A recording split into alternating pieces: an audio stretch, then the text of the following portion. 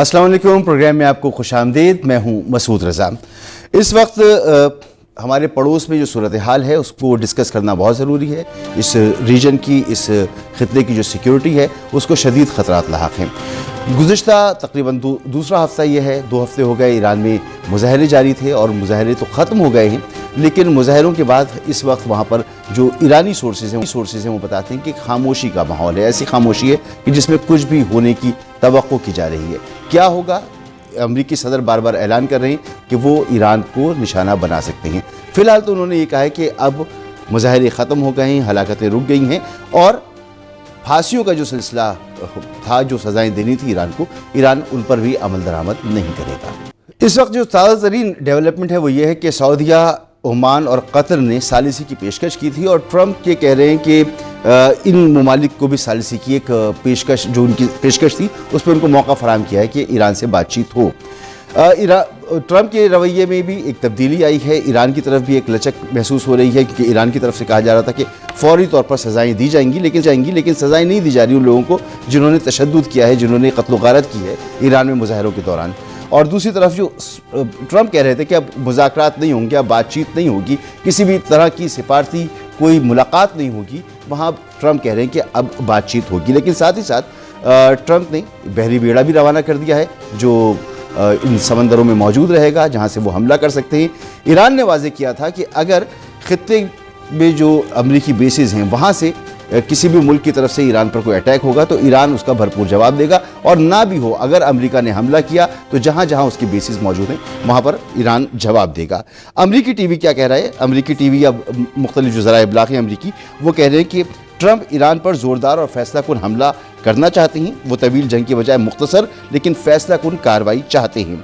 दूसरी जानिब Israeli media के मुताबिक इसराइली आर्मी चीफ ने फौरी दिफाई तैयारियों का हुक्म दे दिया है। शुमाली इसराइल समेत मुख्तलिफ इलाकों में बम शेल्टर्स खुलना शुरू हो गए हैं। इसराइल तवक्को कर रहा है कि अमरीका ईरान पर हमले से कबल वार्निंग देगा। इलावाजी जर्मन एयरलाइन ने इसराइल के लिए रात की परवाजें बंद करने का फैसला किया है, जो 19 जनवरी तक बंद रहेंगी। ईरान में सिक्योरिटी सूरत हाल के सबब अमरीका के बाद स्पेन, पोलैंड और इटली ने अपने शहरियों को फौरी ईरान छोड़ने की हिदायत कर दी है। इटली की वजारत खारजा के मुताबिक ईरान में तकरीबन 600 अतालवी शहरी मौजूद हैं, जिनमें से अक्सरियत दारुल हुकूमत तेहरान में मुक़ीम है। बयान में शहरियों को हिदायत की गई है कि सिक्योरिटी सूरत हाल के पेश नज़र ईरान से इनखला की कोशिश करें। पोलैंड की वजारत खारजा ने भी सोशल मीडिया के प्लेटफॉर्म एक्स पर अपने शहरियों को कहा है कि वो फ़ौरन ईरान से इनखला को यकीनी बनाएं। मीडिया रिपोर्ट्स के मुताबिक बरतानिया ने ईरान से अपने तमाम सिफारती अमले को मुल्क से बाहर निकाल लिया है, जबकि ईरान से बरतानवी सफ़ीर को भी वापस बुला लिया गया है। तो एयरलाइंस बंद, फ़िज़ाई हदूद ईरान ने बंद की, फिर खोल दी, अमरीकी बेड़ा आ रहा है, मुज़ाकरात भी हो सकते हैं। तो मामला किस तरफ जाएगा? मेहमानों की तरफ आपको लेके चलता हूँ। ब्रिगेडियर रिटायर्ड गज़नफ़र अली साहब दिफार, सर बहुत शुक्रिया आपका। जमील अहमद खान साबिक़ सफ़ीर हैं, सर आपका भी बहुत बहुत शुक्रिया। और जॉन हुसैन साहब, आप ईरानी सहाफ़ी हैं, सर आपका भी बहुत बहुत शुक्रिया। जॉन हुसैन साहब, इस वक्त आप पहले मुझे बताएं कि इस वक्त ईरान के अंदर क्या सिचुएशन है? जो मुज़ाहरे हैं वो मुकम्मल तौर पर कंट्रोल हो गए हैं, अब मुज़ाहरीन बाहर नहीं निकल रहे, ईरानी हुकूमत का कंट्रोल है तमाम इलाकों पर, और उसके बाद जो सज़ाओं का अमल शुरू होना था वो अब होगा, जो कहा जा रहा था कि फांसियाँ दी जाएंगी उन लोगों को जिन्होंने तशद्दुद किया, कत्ल गारत किया। जी, thank you so much for having me. बिल्कुल कॉन्फिडेंस के साथ मैं अपने खुद भी एक्सपीरियंस पे कह सकता हूँ, और IRIB ने भी इनफैक्ट बयान दिया है, पिछले 3 दिनों से कह रहे हैं कि कोई भी रिपोर्ट्स वायलेंस की या कोई भी रिपोर्ट्स प्रोटेस्ट की नहीं आई हैं, और ऐसा नजर भी यही आ रहा है यहाँ की डेली लाइफ जो है वो नॉर्मलाइज हो गई है।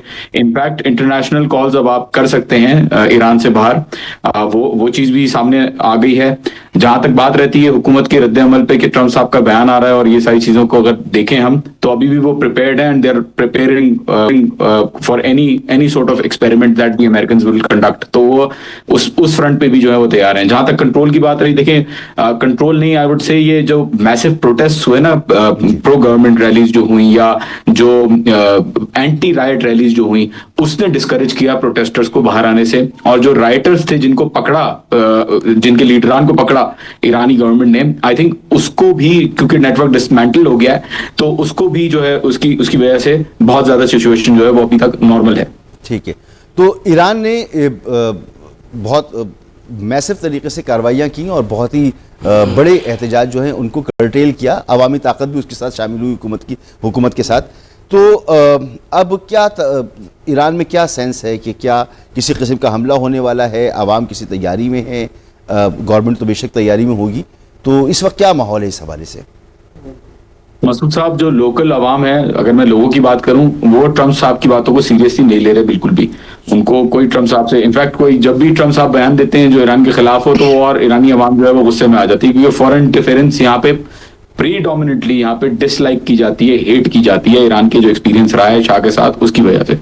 दूसरा, जो गवर्नमेंट के एंड पे अगर हम लोग देखें जो डोनाल्ड ट्रम्प साहब की जो बातें हैं, ऑब्वियसली गवर्नमेंट को भी समझ में आ गया है कि ट्रम्प साहब कहते कुछ और हैं और करते कुछ और हैं। 12 दिन की जंग जब हुई तो उससे पहले तक निगोशिएशंस जो है वो बहुत अच्छी तरीके से आगे बढ़ी थी अमेरिका के साथ, और एकदम से सरप्राइज अटैक हो गया।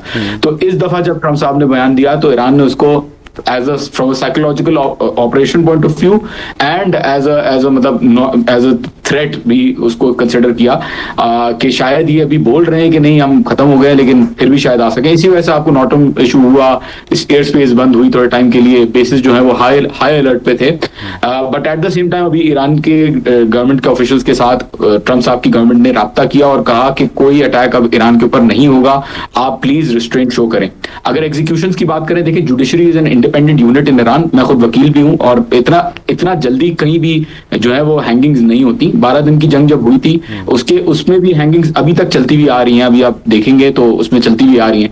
तो ये कहना कि हैंगिंग्स नहीं होंगी, आई थिंक बिल्कुल गवर्नमेंट कोशिश करेगी, लेकिन at the same time judiciary जो बैठी हुई है वहां पे, वो उन मर्डरर्स का या उन लोगों का जिन्होंने पुलिस वालों को मारा, मासूम लोगों को मारा, हॉस्पिटल्स को आग लगाई, या मोसाद के साथ जो है इंटेलिजेंस शेयरिंग की, उनको किस हद तक रोका जा सकता है ईरान को कि वो एग्जीक्यूट ना करें, ये एक दूसरा सवाल है। बहरहाल निगोशिएशंस के लिए भी ईरान ओपन है, and let's see what will happen.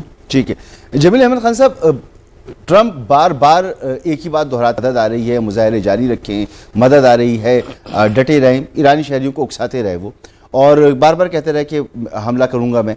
तो अब इतना वो सब कुछ कह चुके हैं, फेस सेविंग ट्रम्प कैसे लेंगे अगर हैंगिंग्स भी होती हैं, और जाहिर सी बात है उधर वो एहतजाज वाला माहौल भी नहीं है, रिजीम चेंज का ऑप्शन भी नजर नहीं आ रहा, तो ट्रम्प के लिए ये मुश्किल होगी सूरत हाल? बहुत मुश्किल होगी, और ये जॉन बोल्टन ने भी कहा है, और यही कहा है ग्रैहम जो सेनेटर हैं, उन्होंने भी यही बात की है कि ट्रम्प ने जो इस वक्त हाइप क्रिएट कर दी है, उसका मफहूम ये है, हाइप क्रिएट कर दी है, उससे पीछे हटना मुश्किल हो जाएगा।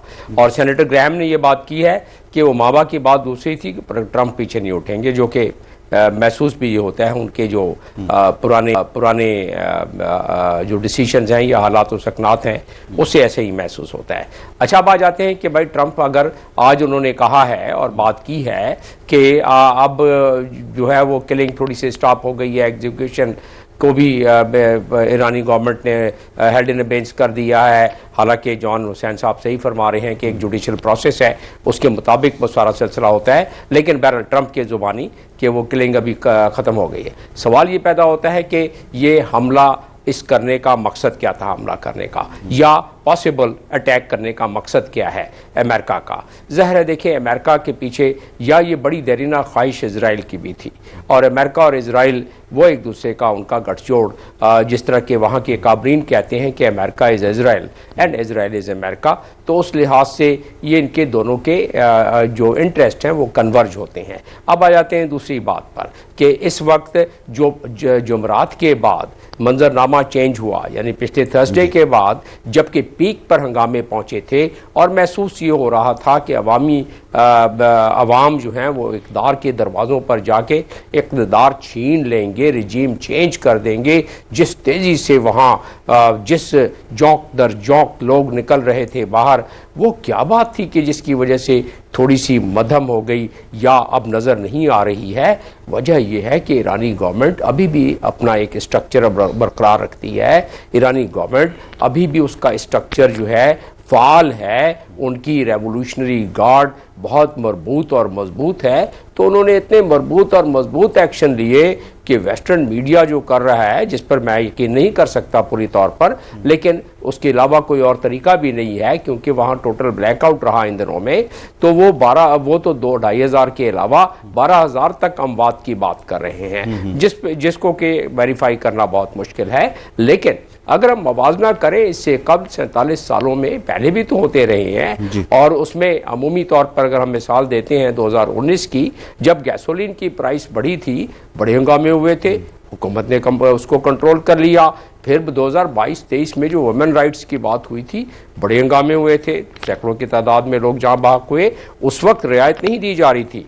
इस मरतबे क्योंकि इंटरनेशनल मंजरनामा तब्दील है और अमेरिका की पूरी तैयारी थी पॉसिबल, और अभी भी है पॉसिबल अटैक की, तो जिसकी वजह से ईरानी हुकूमत ने हिकमत अमली से काम लेते हुए उन्होंने इस मामले को देखा कि माशी सेशंस जो हैं, माशी मुजाहिरीन हैं, उन पर ज़रा ज़्यादा सख्ती न की जाए, उनको दिया जाए, मौका दिया जाए। लेकिन जब वो माशी मुजाहिरीन वो हत्थे चढ़ गए उन लोगों के जो कि मोसाद से की प्रॉक्सीज जो उनके ही रैंक्स एंड फाइल में थे, और जब तशद्दुद पसंदी शुरू हो गई तो फिर हुकूमत के पास रास्ता नहीं रहा, उन्होंने कंट्रोल करना था, तो उन्होंने फिर बड़ी सख्त इक़दामात लिए होंगे।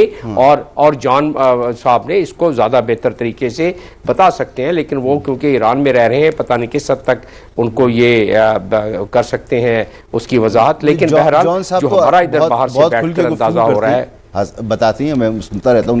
जी, मैं बहुत दफ़ा आया हूँ, बहुत दफ़ा उनके साथ हुआ हूँ, और आई अप्रिशिएट दैट। तो उस लिहाज से अगर देखा जाए तो तैयारी पूरी है, ये निवश्ता दीवार मालूम होती है, ईरानी भी जानते हैं, उन्होंने तैयारी पूरी कर ली है, अपने मिसाइल्स वगैरह का डिप्लॉयमेंट का पूरा सिलसिला कर लिया है, अपनी तनसीबात की हिफाजत का पूरा सिलसिला कर लिया है, और साथ साथ डिप्लोमेटिक असल तो सहमी हुई ये गल्फ कंट्रीज हैं, गल्फ कंट्रीज को पता है, और ईरान ने कह दिया है कि जहां अमेरिका वापस आपकी तरफ आता हूं, ये जो सऊदीया, ओमान और कतर की जो सालिसी होगी मुमकिन तौर पर, इससे क्या अचीव हो सकता है, जरूर बात करूंगा, लेकिन जरा क्योंकि मिलिट्री पॉइंट ऑफ व्यू से भी जरा देख लेते हैं। ब्रिगेडियर साहब, आप फरमाइएगा कि ये तो मुमकिन नहीं है कि जो इलाके में बेसिस हैं अमेरिका के, वहां से वो अटैक करें, क्योंकि वाजे ईरान की वार्निंग है तमाम ममालिक को कि कहीं से भी अटैक होगा तो हम रिप्लाई करेंगे, नहीं भी होगा तो जहां अड्डे होंगे वहां पर रिप्लाई करेंगे। तो ये भी इतलात है कि इन बेसिस से भी कुछ अमेरिकी जो है वो उनका इनखला हुआ है। तो मिलिट्रीली आप अगर बताएं कि अगर वो एक बेड़ा लाके खड़ा कर देते हैं समंदर के अंदर, तो ईरान उसको किस तरह से काउंटर कर सकता है, ईरान का रद्द अमल क्या हो सकता है ऐसी सूरत हाल में? बहुत शुक्रिया मसूद साहब। पहली बात तो ये है कि मैं एक चीज़ इस पर कहना चाहूँगा कि जो ट्रंप जो कुछ कहे या जो अनाउंस करे उसके उल्टा मतलब लीजिएगा, because he is the most, you can not trust him, आप उस पर एतमाद नहीं कर सकते। यानी अगर वो इस वक्त कह रहा है कि हमला नहीं करूंगा तो हम समझे कि हमला करने की तैयारी में है, वो हमला करने की तैयारी कर रहा है, कि माजी में उसने इस किस्म की चीज़ों का इंडिकेशन नहीं दी बल्कि खुद किया है।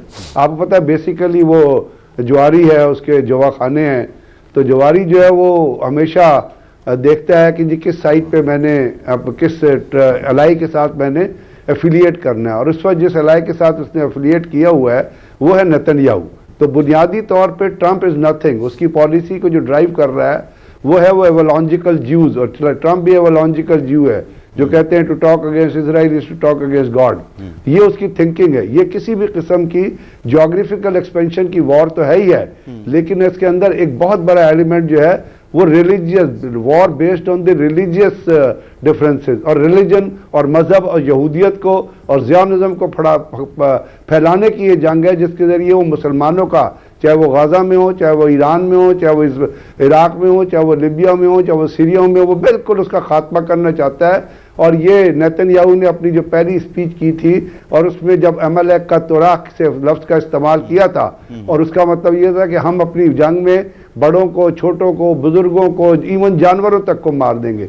तो ये बुनियादी तौर पर उस फेथ की जंग है जिससे वो मुसलमानों का खात्मा करना चाहता है, और ये ट्रंप की भी डिजायर है, बिकॉज ट्रंप से बड़ा भी यहूदी कोई नहीं है। आपको उसके सन लॉ की एफिलिएशन पता है कि वो क्या किस चीज को ड्राइव करता है, और नेतन्याहू किसी तरह उसको डिक्टेट करता है, और ए पैक का क्या रूल है और ए पैक का क्या इन्फ्लुएंस है ट्रंप के ऊपर, ट्रंप की एडमिनिस्ट्रेशन। लेकिन इसके अंदर जो चीजें डेवलपमेंट हुई हैं उसमें पहली तो डेवलपमेंट एक बहुत बड़ी हुई है, जो कांग्रेस ने एक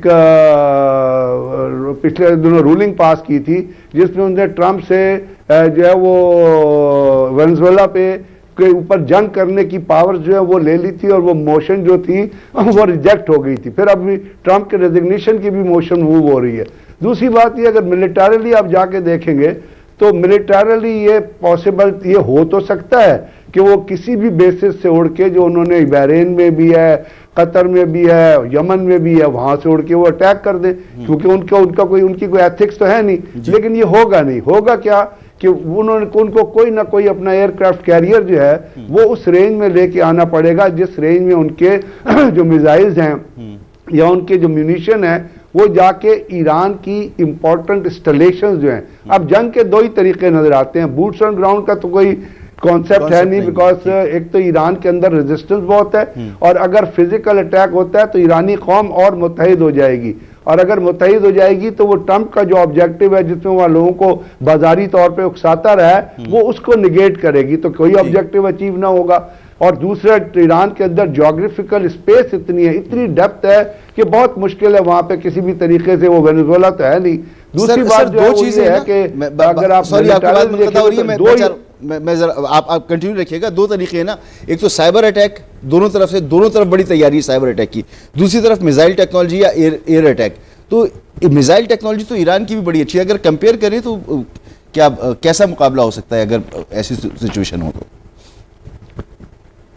अब आप रिसेंटली जो है ना, एक हडसन इंस्टीट्यूट है उसकी एक रिपोर्ट आई है, फिर एक मिलिट्री वॉच मैगजीन है उसकी एक रिपोर्ट आई है, फिर एक international institute study for war है जिसमें एक आमिर रशीदी साहब हैं, और उनका एक ग्रुप है जो उन्होंने एक कॉन्सेप्ट दिया है ईरान के डिफेंस के हिसाब से, वो है एंटीसिपेटरी डिफेंस।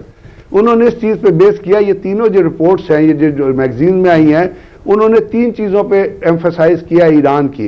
एक चीज़ है जिसको वो जीपीएस टेक्नोलॉजी, एक वो कहते हैं ईरान के अंदर जो मिसाइल टेक्नोलॉजी है, एक वो ईरान की तरफ रेफर करते हैं ड्रोन टेक्नोलॉजी पे और ईरान के मिसाइल प्रोग्राम पे। और ये तमाम रिसर्च जो की गई है उसमें उन्होंने ये भी कहा हुआ है कि ईरान ने एक कैपेबिलिटी डेवलप की है जिसके जरिए वो पूछने उससे जिसके जरिए ऑफ किया हुआ है। हेलो जी ब्रिगेडियर साहब कंप्लीट कीजिएगा प्लीज। जी हाँ, ईरान ने एक टेक्नोलॉजी डेवलप की है जिसको कहते हैं फैंटम टारगेट्स टेक्नोलॉजी, यानी ईरान के पास ये कैपेबिलिटी आई है कि वो डिजिटल मीन से एक रॉन्ग सिग्नल्स क्रिएट कर सकता है एयर डिफेंस के ऊपर, जिसके ऊपर टारगेट जो होंगे वो गलत होंगे, और अगर कोई मिसाइल फायर होंगे तो वो रॉन्ग टारगेट्स पे जाके लगेंगे। अब ये चीजें हैं जो ईरान के अंदर जो डॉक्यूमेंट्री ईरान की कैपेबिलिटी को एक्सप्लेन करती हैं। और उसके बाद अभी आपने 2-3 दिन में देखा कि रशिया से और बाकी जगहों से बहुत सारे ऐसे एयर मूवमेंट्स हैं जिसके अंदर बड़े जो ट्रांसपोर्ट जेट्स हैं वो भी ईरान के एयरफील्ड्स पे लैंड कर रहे हैं। तो मतलब कहने का ये है कि अगर अमेरिकन कुछ भी करने की कोशिश करते हैं, स्टैंड ऑफ डिस्टेंस से मिसाइल फायर करें या फिजिकली अपने जहाज लेके ईरान के जो टारगेट इंपॉर्टेंट टारगेट्स हैं उन पे हमला करें, या किसी तरह प्रेसिडेंशियल पैसेज या इंपॉर्टेंट इंस्टॉलेशन जो हैं या इंपॉर्टेंट पर्सनैलिटीज उन पे अटैक करने की कोशिश करें, तो ईरान के पास एयर डिफेंस के तौर पे, मिसाइल के तौर पे, साइबर के तौर पे, इलेक्ट्रॉनिक के तौर पे ये कैपेबिलिटी है कि वो उन चीज़ों को डिफ्लेट कर सकता है। जैसे मैंने आपको कहा कि वो रॉन्ग टारगेट सिग्नल्स भी जनरेट कर सकते हैं जिससे एयर में मिसाइल जो है वो नलीफाई हो जाएगा। तो ये तमाम चीजें इंडिकेट करती है कि ईरान ने वो जो है ना एक एंटीसिपेटरी डिफेंस जो मैं कह रहा हूं कि उन्होंने ये एंटीसिपेट करके ये चीजें हमारे ऊपर हो सकती हैं, वो खबरें ये आ रही हैं कि उन्होंने अपनी कैपेबिलिटी को उसके ऊपर डिपेंड किया, और वो डिफरेंट जो जर्नल्स हैं, मिलिट्री जर्नल्स जो है वो इस चीज की रिपोर्ट कर रहे हैं। तो अब होना क्या है, क्या ये होना है कि वहां पे अमेरिकन बूट ऑन ग्राउंड लेके आए? No, they will not do it. और दूसरी बात है किस टारगेट को मूव करेंगे या कहां से वो टेक ऑफ करेंगे, उसके हिसाब से जितने उनके एयरक्राफ्ट कैरियर्स हैं, आपको पता है यूएस निमिट्स जो है वो तो डीकमीशन हो रहा है, वो अपना होम पोर्ट पे इस वक्त मौजूद है। बाकी जिन बचने कैरियर एंटरप्राइजर या और उनकी लोकेशन जो है वो इस वक्त ऐसी नहीं है जो ऑफेंसिव मूड की लोकेशन हो। तो मेरा ख्याल अभी तक जो ट्रंप ने जो कुछ किया है वो ईरान को प्रेशराइज करने के लिए, और उन्होंने ये एंटीसिपेट किया था जो गलत हो गई है उनकी कैलकुलेशन कि वो ईरान के अंदर से कोई ऐसा जो है वो अपना दबाव डालेंगे गवर्नमेंट के ऊपर जिससे उनका जो ऑब्जेक्टिव रिजीम चेंज है वो पूरा हो जाएगा। एक ब्रेक लेना है, मुझे एक ब्रेक लेना है। दुरुस्त फरमा रहे हैं कि अंदर से अगर कोई तब्दीली की कोशिश थी वो तो नाकाम हो गई है, लेकिन अब दो सवाल ये हैं कि अगर मुमकिन तौर पर हमला होता है तो कौन से अहदाफ हैं जिसे अमेरिका निशाना बना सकता है, नंबर 1। नंबर 2 कि ईरान के अंदर जो प्रॉब्लम्स हैं उनका हल ईरानी हुकूमत किस तरह से निकालेगी, खासतौर पर मईशत को लेकर। एक ब्रेक के बाद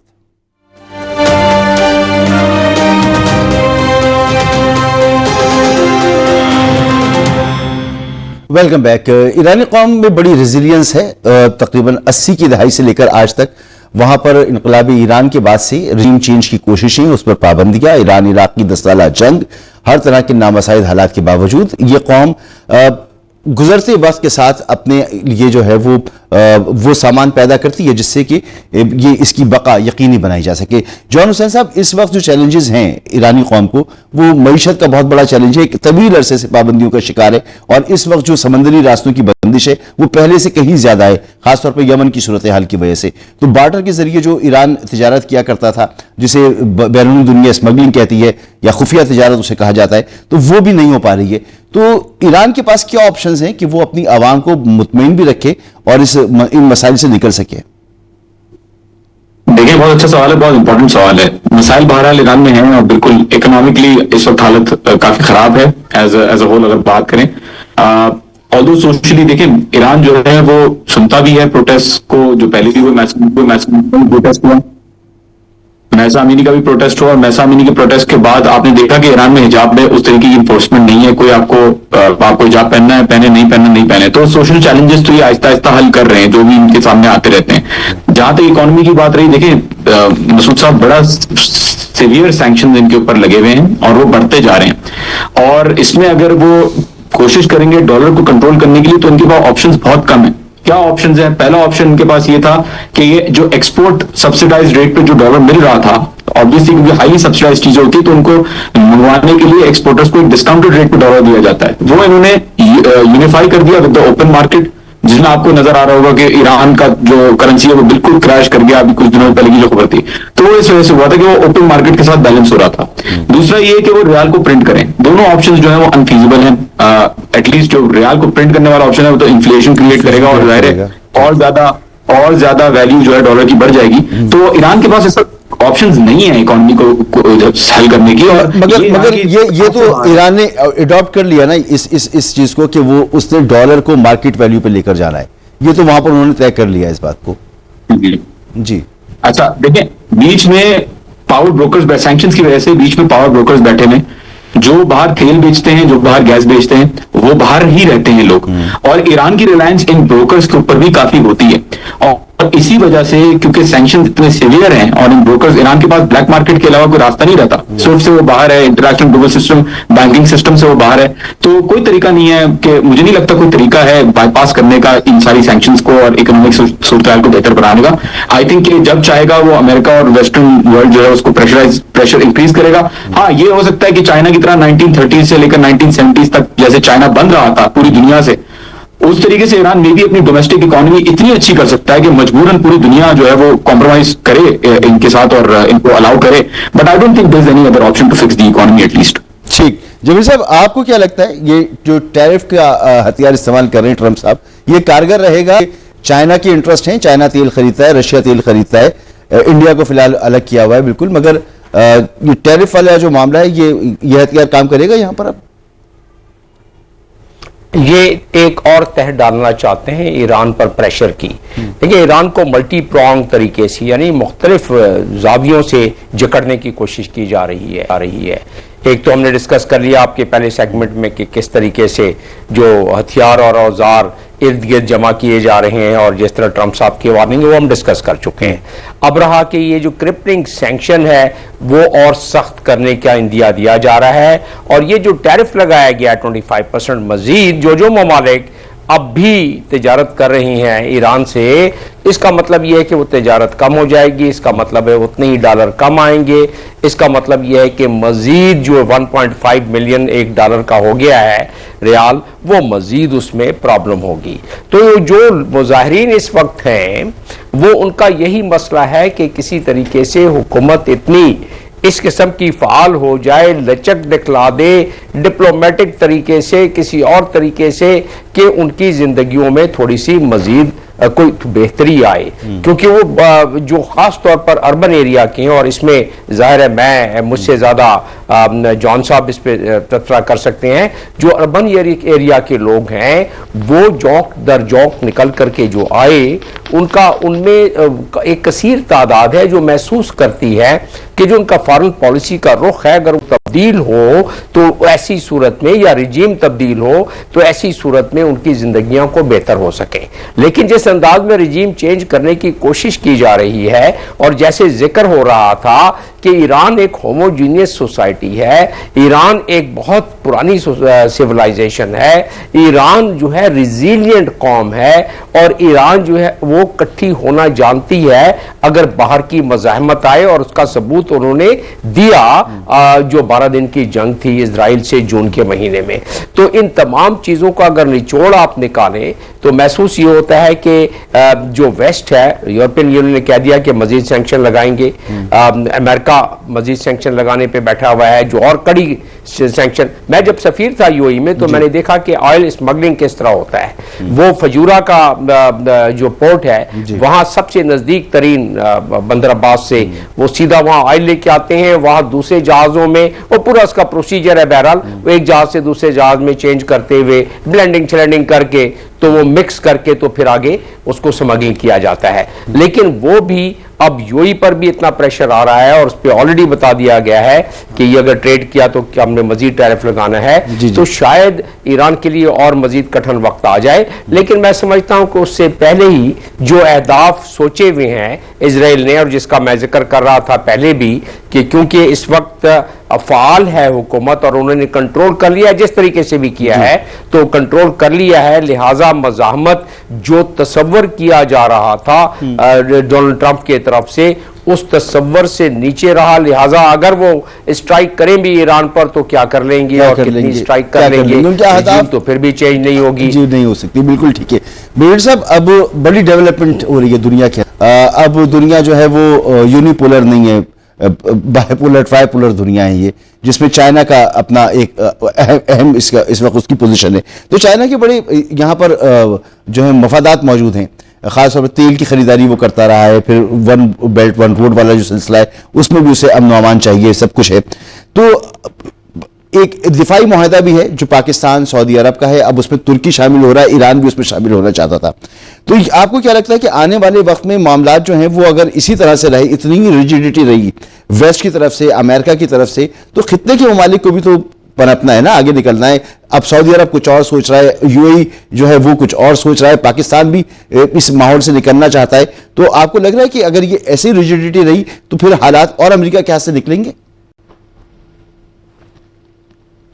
जी बिल्कुल, रिजिडिटी का बेसिक फैक्टर तो है, उसके ऊपर है वो जो ग्रेटर इजराइल का कॉन्सेप्ट है, उसके ऊपर अमेरिकन एपैक भी, अमेरिकन क़यादत भी मुख्तलिफ औकात में, ये सिर्फ ट्रंप से रिलेट नहीं है, ये बाराक ओबामा से भी रिलेटेड है, ये अपना जो बाइडेन से भी रिलेटेड है, ये दोनों बुश, जो बड़ा बुश छोटे दोनों से रिलेटेड है। वो सर जो थे वो लॉजिकल ज्यूज हैं और वो दुनिया को तबाही में मुब्तला करना चाहते हैं on the basis of Zionist tendency और on the basis of expansion of Israel. और ये बेसिक कॉन्सेप्ट है जिसकी वजह से दुनिया में सारी तबाही मची। अगर ये कॉन्सेप्ट ना होता तो 1,20,000 फलस्तीनी शहीद ना हुए होते।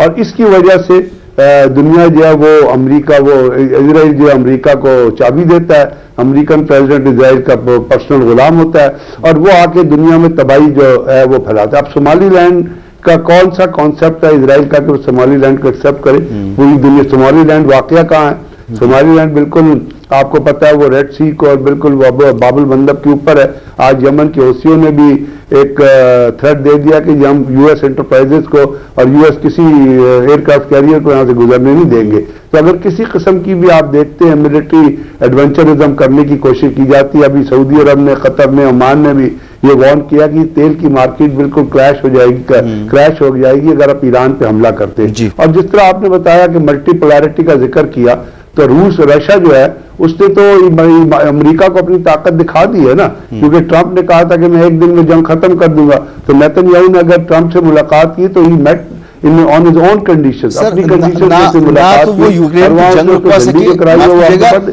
ना तो वो यूक्रेन की जंग रुकवा सके और ना ही टैरिफ का जो अपना फैसला था उसको बरकरार रख सके, उससे रिवर्स होना पड़ा। तो यहां पर भी शायद उन्हें रिवर्स होना पड़ेगा। वक्त कम है, तो सर मुझे ये बताएं कि अगर किसी तरह का हमला होता है तो उसकी प्रिसाइज टारगेट्स क्या होंगे ट्रंप के, कि वो फेस सेविंग उसको मिल सके उसमें? सर उसमें सबसे पहले तो हमें लोकेशन देखनी होगी यूएस डिस्ट्रॉयर्स की, एयरक्राफ्ट कैरियर्स की। अभी तक तो मुझे कोई पोजीशन उनकी नजर नहीं आती अगर उन्होंने उस एयरक्राफ्ट कैरियर को इस्तेमाल करना, और उसके ऊपर फिर पॉइंटेड टारगेट्स हो सकते हैं। और वो टारगेट जो होते हैं वो ये नहीं होंगे कि वो मदूरा की तरह किसी को उठा के ले जाएंगे। अब उसमें एक तो टारगेटेड किलिंग्स भी हो सकती हैं, जैसे आपने देखा पहले साइंसदान भी वहां पे उनको हिट किया गया था। तो जो ईरान के जो मुख्तलिफ ऑफिशियल्स हैं, जिसको वो रिजीम चेंज अगर वो कहते हैं, तो उनकी जो पॉलिटिकल क़यादत है या मिलिट्री की क़यादत है, एक तो उनके ऊपर हमला किया जा सकता है। दूसरी जो उनकी इंपॉर्टेंट साइंटिफिक डिफेंस इंस्टॉलेशन है, जिसमें उनकी जहां पे मिसाइल टेक्नोलॉजीज स्टोर हुई है मुख्तलिफ शहरों में, वो टारगेट हो सकती है। या इवन उनका जो सेनेट या असेंबली की बिल्डिंग है उसको टारगेट किया जाता है।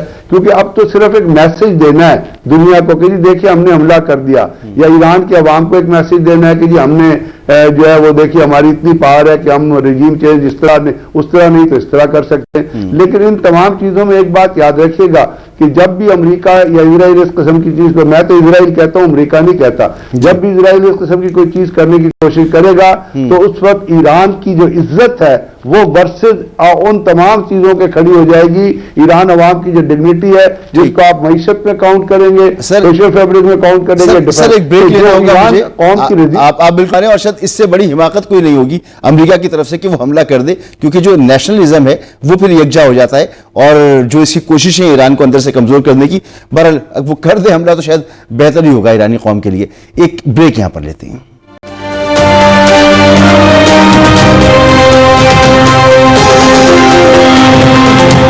Welcome back. वक्त खत्म हो गया है। अपने मेहमानों का मैं शुक्रिया अदा करूंगा। बहुत बहुत शुक्रिया ब्रिगेडियर रिटायर गजनफर अली साहब, जनाब जमील अहमद खान साहब, जॉन हुसैन साहब, आपने तीनों की गुफ्तगू सुनी। आखिर में सिर्फ इतना ही कहना चाहूंगा कि अगर अमेरिका ने ईरान पर हमला किया तो ये अमेरिका की सबसे बड़ी भूल होगी और ईरानी कौम के लिए एक मरतबा फिर यहीं से मजबूती के और तवानी के जराए निकलेंगे, क्योंकि ईरानी कौम एकजुट हो जाएगी। तो अगर ईरान पर हमला होता है तो ये अमेरिका के फायदे के लिए नहीं, ईरान के अपने फायदे के लिए होगा। इजाजत दीजिए, अल्लाह हाफिज।